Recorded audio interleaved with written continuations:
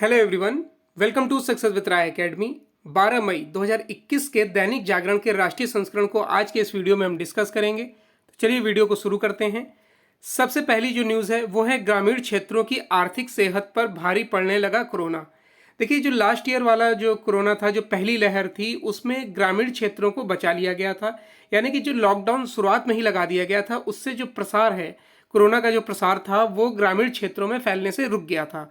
और जो लोग एक दो केसेस जो आए भी थे, तो वो केस थे जो शहरों से अपने घरों के लिए यानी कि जो लेबर क्लास था वो अपने घरों को वापस हो रहा था, तो उसमें एक दो केसेस सामने आए थे। लेकिन ग्रामीण क्षेत्र को पूरी तरीके से बचा लिया गया था, वो अछूता रहा था। लेकिन जो ये दूसरी वेव आई है, इसमें ग्रामीण क्षेत्र सबसे ज़्यादा प्रभावित हुए हैं, चाहे वो आर्थिक रूप से हो या फिर वो स्वास्थ्य के रूप में हो। यानी कि कोरोना महामारी के केसेस जो हैं वो ग्रामीण भारत में भी अब देखने को बड़ी संख्या में मिल रहे हैं। कोरोना संक्रमण के चलते देश के कई हिस्सों में लागू लॉकडाउन से शहरी आर्थिक गतिविधियां तो बुरी तरह प्रभावित हो ही रही हैं, लेकिन ग्रामीण क्षेत्र भी इससे अछूते नहीं हैं। कोविड-19 के संक्रमण की दूसरी लहर का प्रसार तेजी से ग्रामीण क्षेत्रों में भी हो रहा है। इससे इन क्षेत्रों की आर्थिक सेहत बिगड़ने का खतरा बढ़ गया है। ग्रामीण क्षेत्र की अर्थव्यवस्था हालांकि कृषि आधारित मानी जाती है, यानी कि जो ग्रामीण लोगों की अर्थव्यवस्था जो मानी जाती है, यानी कि उनकी इनकम मानी जाती है, वो कृषि आधारित मानी जाती है। लेकिन आज के अगर हम परिदृश्य में देखें तो उनकी इनकम कृषि के अतिरिक्त भी वो छोटे छोटे बिजनेस करते हैं, या फिर छोटे दुकानें चलाते हैं, या फिर आप कह सकते हैं कि कई रोजगार टाइप के वो खुद के स्वयं के करते हैं। तो ये अब उनकी आय का प्रमुख साधन धीरे धीरे बनता जा रहा है। पूरी तरीके से वो कृषि पर निर्भर नहीं है। कोविड जो 19 की दूसरी लहर कई गांवों में भी अब देखी जा रही है। इससे होने वाली अकाल मौतों से ग्रामीण क्षेत्रों में भी भय पूरी तरीके से व्याप्त हो गया है। ग्रामीण क्षेत्रों में भूमिहीन व छोटे किसानों की रोजी रोटी का आधार डेयरी व सब्जियों की खेती होती है और डेयरी उत्पाद होते हैं। और आपने देखा होगा कि इस समय विवाह इत्यादि और सार्वजनिक कार्यक्रमों पर रोक लगा दी गई है, तो उसमें भी सब्जियों और दूध जो उत्पादन होता है, जो भेजा जाता है, वो पूरी तरीके से प्रभावित हुआ है, नहीं जा रहा है। तो ये भी एक बहुत बड़ा कारण है ग्रामीण आर्थिक क्षति होने का। और ये जो दूध की खपत है वो अगर हम देखें तो हम लोग के यहाँ या सबके यहाँ मिलाकर 40% ही घरों में होती है। बाकी जो 60% की खपत होती है वो दुकानों में, यानी कि मिठाई की दुकानों में, चाय की दुकानों में, या फिर जो उससे उत्पाद बनते हैं होटल इत्यादि में। तो ये भी एक सबसे बड़ा कारण है कि इसका अब खपत कम हो रही है तो बिक्री कम हो रही, इससे भी लोग परेशान हैं। दूसरी लहर थमने के संकेत मिले हैं। अब ये न्यूज़ में कितनी सच्चाई है ये आप समझ सकते हैं, क्योंकि ऐसा कुछ भी दिखने को नहीं मिल रहा है। लोग अभी भी परेशान हैं और कहाँ से ये आंकड़े आ रहे हैं आप समझ सकते हैं। पहली बार कोरोना संक्रमण की दूसरी लहर के थमने के ठोस संकेत मिले हैं। 2 महीने बाद मंगलवार को पूरे देश में स्वस्थ होने वाले मरीजों की संख्या नए संक्रमितों से ज़्यादा दर्ज की गई है। राष्ट्रीय स्तर पर संक्रमण दर में भी गिरावट देखी गई है। दूसरी लहर में सबसे अधिक प्रभावित दिल्ली, उत्तर प्रदेश, मध्य प्रदेश, महाराष्ट्र जैसे राज्यों में नए मामलों में लगातार गिरावट का रुख बना हुआ है। हालांकि पंजाब, उड़ीसा, बंगाल, केरल और कर्नाटक जैसे 1.5 दर्जन से ज़्यादा ऐसे राज्य हैं जिनमें केसेस बढ़ते जा रहे हैं और चिंता का कारण बने हुए हैं। स्वास्थ्य मंत्रालय ने जो आंकड़े दिए हैं 24 घंटे के, उसमें कोरोना से जो नए केसेस आए हैं वो 3,29,992 नए केस आए हैं। और जो संक्रमितों से के सही होने की जो संख्या है वो 3,56,000 लगभग है। और इसमें 30,000 तक की लगभग जो कमी देखी गई है, उसके तहत ये आंकड़े प्रस्तुत किए जा रहे हैं कि अब स्वस्थ होने की दर बढ़ रही है, संक्रमण कम हो रहा है। तो लेकिन अगर आप अभी भी अस्पतालों की स्थिति देखें, सारे बेड भरे हुए हैं, सारे लोग ऑक्सीजन की लाइनों में अभी भी लगे हुए हैं। तो संक्रमण किस हद तक कम हो रहा है ये सरकार से ज़रूर पूछा जाना चाहिए। इसमें कुछ राहत की उम्मीद के तहत कुछ पॉइंट दिए गए हैं, वो देख लेते हैं कि 15 से 21 अप्रैल के बीच संक्रमण दर में गिरावट वाले जिलों की संख्या 73 थी।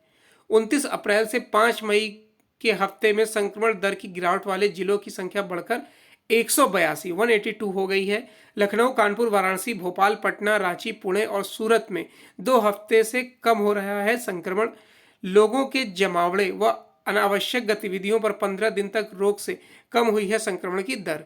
17 राज्यों में 50,000 से कम हुए सक्रिय मामले, सिर्फ 13 प्रदेशों में ही 1 लाख से ज्यादा एक्टिव केस इस समय पाए जा रहे हैं।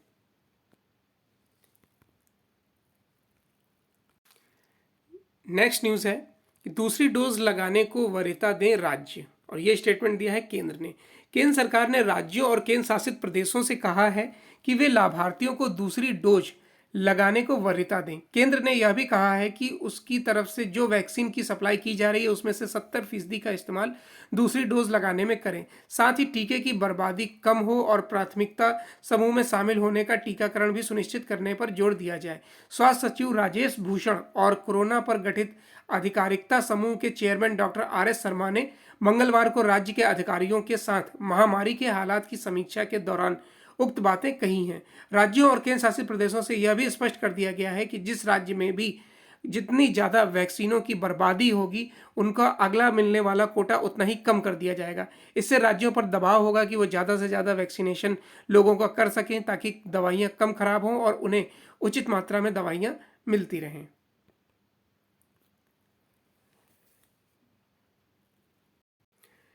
नेक्स्ट न्यूज़ है, अगले साल से घटने लगेगी चीन की आबादी।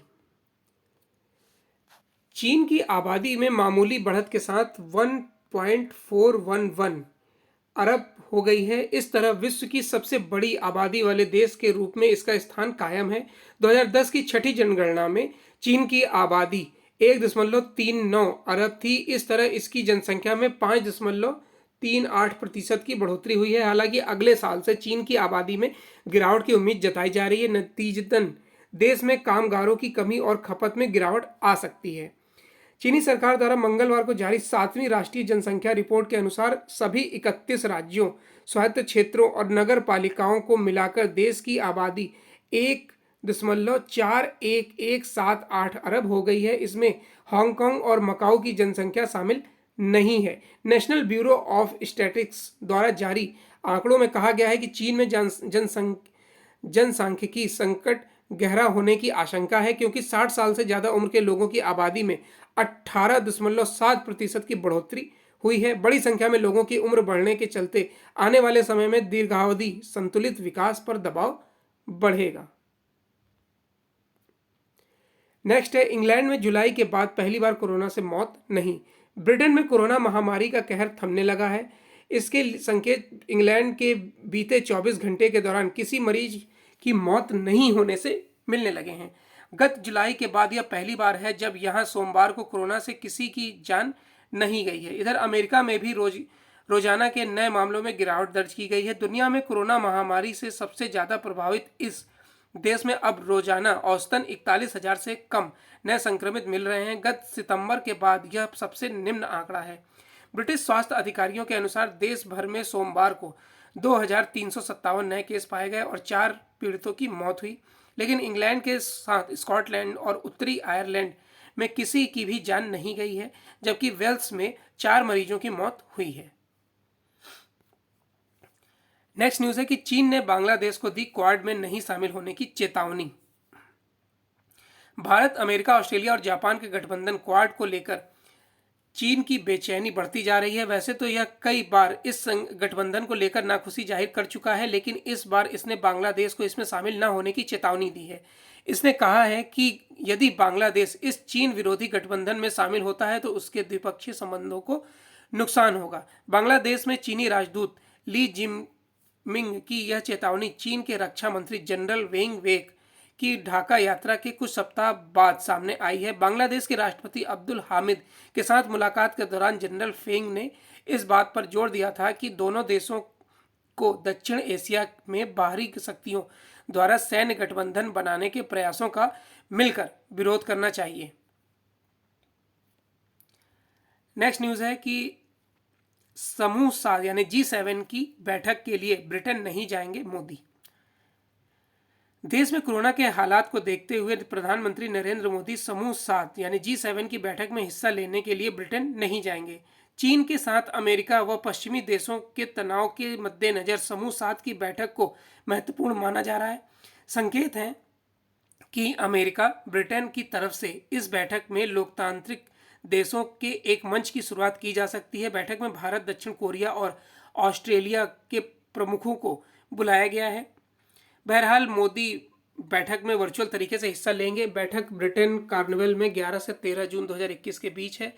विदेश मंत्रालय के प्रवक्ता ने बताया कि ब्रिटिश प्रधानमंत्री जॉनसन की तरफ से बैठक में विशेष मेहमान के तौर पर मिले आमंत्रण की हम प्रशंसा करते हैं, लेकिन फैसला किया गया है कि मोदी व्यक्तिगत तौर पर हिस्सा नहीं लेंगे।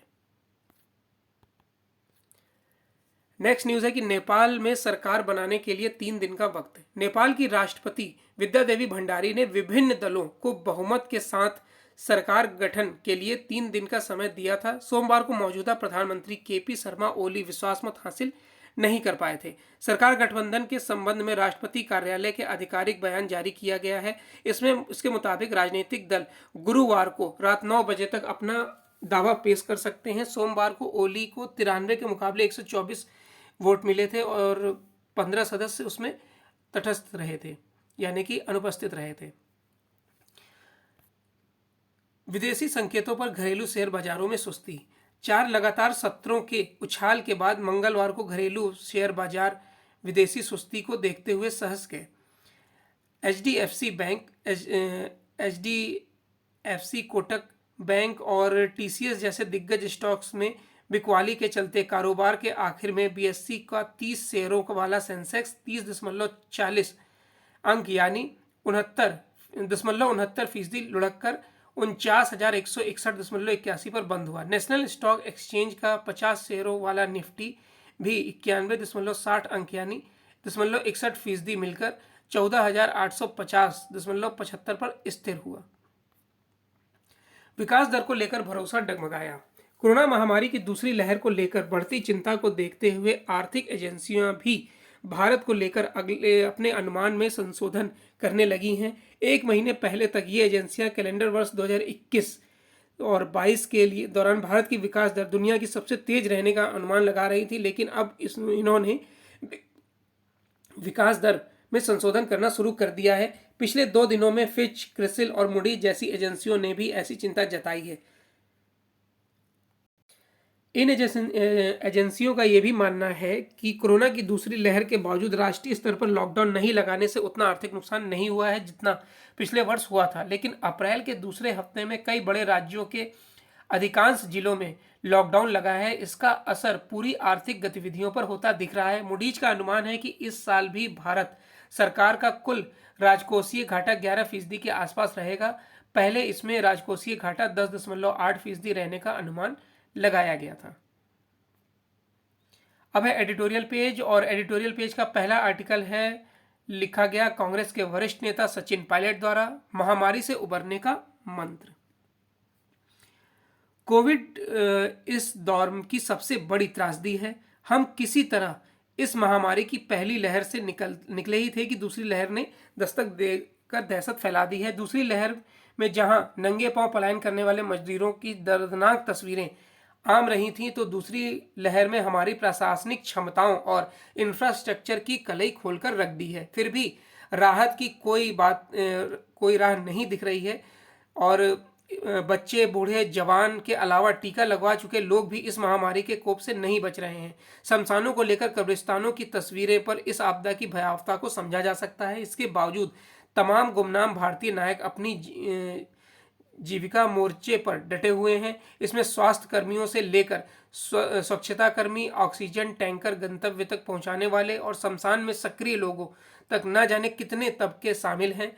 सार्वजनिक तौर पर इसमें युद्ध स्तर पर जो तैयारियां चल रही हैं वो वाकई में एक साहस प्रदान करती हैं। निसंदेह आज़ादी के बाद से देश ने कई क्षेत्रों में खूब तरक्की की, लेकिन स्वास्थ्य ढांचे में कई कमियां रह गई हैं। टीकाकरण अभियान इसकी गवाही देता है।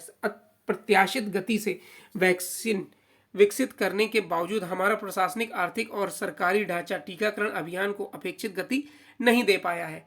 इतना ही नहीं, महामारी के बीच जब वायरस के नए प्रतिरूप हमारे देश की सीमाओं में घुसे तो उनकी भी अनदेखी की गई। पहली लहर के शांत पड़ने के बाद सरकार ने सोचा कि उसने इस रक्त बीज रूपी राक्षस से मुक्ति पा ली है। हम भूल गए हैं ऐसे दानों का एक सिर कट जाए तो भी दूसरा सिर निकल आता है।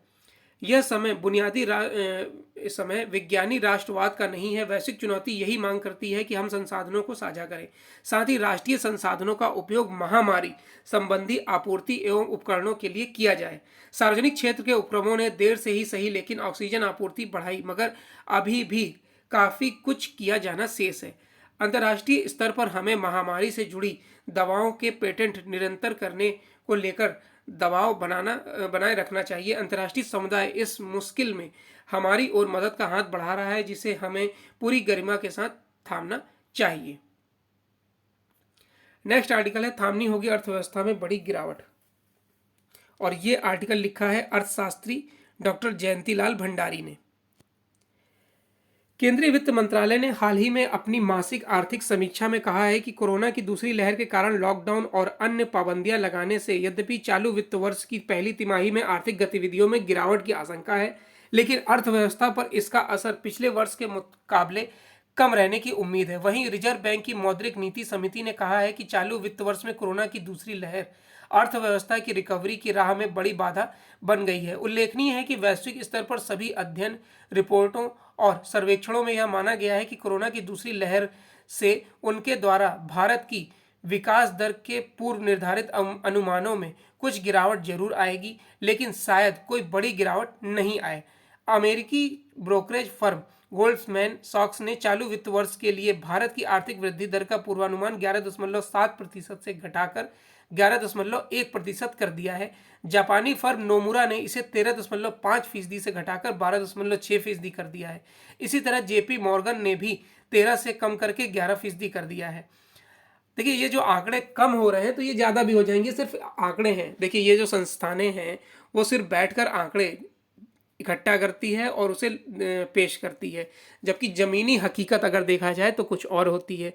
आप जिस अर्थव्यवस्था को संभालने की बात कर रहे हैं, उसे ऊंचाइयों पर ले जाने की बात कर रहे हैं, और जो लोग मर रहे हैं उसका क्या? उसकी भी अगर अर्थव्यवस्था को संभालने की जिम्मेदारी आपकी है तो जो लोग मर रहे हैं उन्हें भी बचाने की जिम्मेदारी आपकी है। स्वास्थ्य ढांचे को सुधारने की जिम्मेदारी आपकी थी, जिसमें आप पूरी तरीके से विफल रहे। अगर लोग बचेंगे तो आप स्वास्थ्य जो अर्थव्यवस्था है उसे आप अगले साल भी संभाल सकते हैं। थोड़ी सी दिक्कत आएगी, लेकिन जो लोग मर रहे हैं, जो जाने जा रही हैं, जो आपके भरोसे बैठे हुए हैं, जो आपकी स्वास्थ्य व्यवस्था के भरोसे बैठे हुए हैं, कम से कम उन्हें तो बचाइए। हम उम्मीद कर रहे हैं कि कोरोना संक्रमण की दूसरी घातक लहर से जंग में सुनियोजित लॉकडाउन तथा स्वास्थ्य तथा सुरक्षा मानकों को और कड़ा किए जाने की रणनीति से देश जहां पीड़ादायक मानवीय चुनौती को नियंत्रित कर सकेगा, वहीं अर्थव्यवस्था और रोजगार के अवसरों की बड़ी गिरावट को रोकने में भी सक्षम होगा। नेक्स्ट है टकराव की राह पर ममता। ये पॉलिटिकल आर्टिकल है, इसे हम डिस्कस नहीं करेंगे क्योंकि ये टॉपिक कई बार डिस्कस भी हो चुका है।